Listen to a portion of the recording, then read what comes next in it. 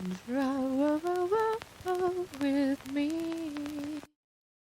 Всем привет, вы на канале Pigeon Polly, и сегодня мы с вами будем говорить о том, что такое технический блокнот для акварели и зачем он вообще нужен. Я не какой-то супер-мега дикий профессионал в акварели, но я ей постоянно рисую. И у меня тоже есть технический блокнот акварельный, о котором я вам немножко расскажу, зачем он нужен. Я знаю, что некоторые люди делают в своей палитре выкраску акварели, которая у них с собой. Ну, или которые они рисуют, да, в базовой палитре.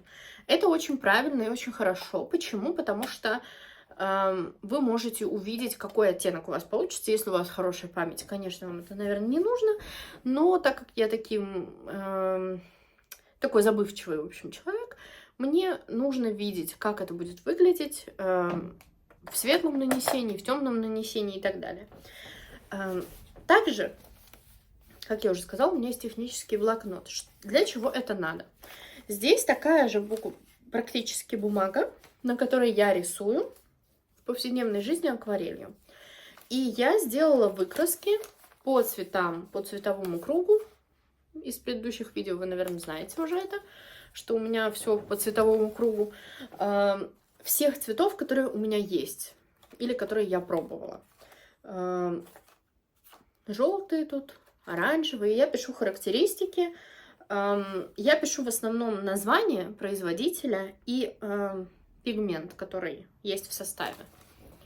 Вот так вот это выглядит. Это нужно для того, что вот в моей базовой палитре, например, здесь сейчас все Рембрандт в основном, да. И я такая смотрю, у меня закончилась, допустим, желтая лимонная, да. И мне нужно ее добавить, но у меня сейчас желтой лимонной нету, и я не побегу за ней в магазин. Но у меня есть какие-то другие аналоги, которые я на пробу покупала. То есть я могу открыть и посмотреть, что из похожего я могу добавить себе в палитру. Если ничего не подходит, окей, придется бежать в магазин. Но, возможно, что-то я могу из остатков использовать. В чем плюс? Во-первых, мне не нужно никуда бежать. Во-вторых, я использую остатки акварели, а не выкидываю, не жду, пока они испортятся. Когда я покупаю какой-то новый оттенок, я просто его заношу в этот блокнот.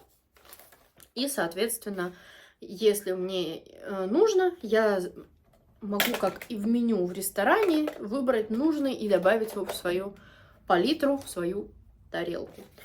Что еще есть в этом блокноте? Я знаю, что другие художники также делают тесты на светостойкость, делают тесты на укрывистость и так далее. Эти характеристики мне не так важны, потому что, во-первых, я свои работы сканирую и сохраняю в электронном формате, а во-вторых, укрывистость, я ее прям, примерно понимаю в процессе. Мне это не так важно. Другие это делают, окей. На то это и технический блокнот. Вы туда добавляете то, что вам нужно и интересно в данный момент для использования.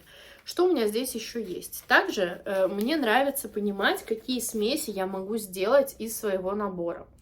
Это выкраски как раз по вот этому вот наборчику. Здесь только Рембрандт и один цвет Ван Гог.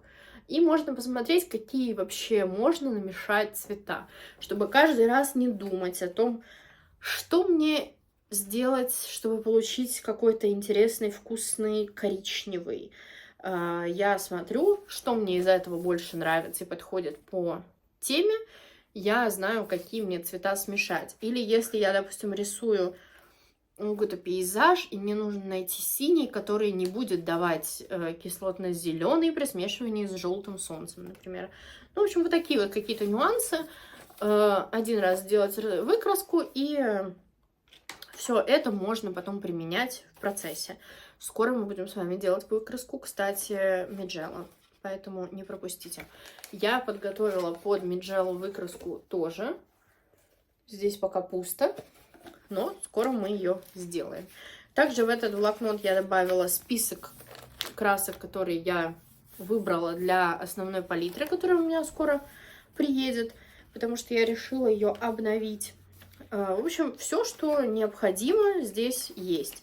Также здесь есть чистые листы для того, чтобы, если мне что-то нужно срочно попробовать. Вот тут я сравнивала Миджелла, Дэниел Смит, Рембрандт и Ван Гог, синие с желтыми и красными, по-моему, тоже.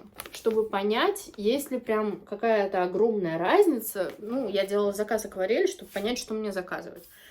И тут я тоже что-то проверяла. Смешиваемость и какие там оттенки получаются. В общем, здесь я, правда, ничего не подписала, но мне нужно было это в моменте сделать просто. Вот. В общем, технический блокнот — вещь хорошая. Если вам это кажется полезным и нужным, сделайте себе тоже такой. Вы можете взять любую папку. Это вообще может быть файлик пустой, в который вы сложите акварельные листочки. Я знаю, что многие делают на кольцах блокнот какой-нибудь с акварельными листами. Но важно, чтобы эта бумага была хотя бы немножко приближена к тому, на чем вы рисуете ежедневно. Иначе большого смысла от вашей выкраски не будет, потому что если вы хотите понять, как будет вести себя акварель, например, на Art Creation блокноте с кремовой бумагой, а выкраску сделаете на хлопке белом с грануляцией, там, со всякими эффектами, то вы ничего не поймете. Вот, в общем, всем спасибо. Сделайте там все, что нужно сделать, вы все знаете. И спасибо, и до новых встреч.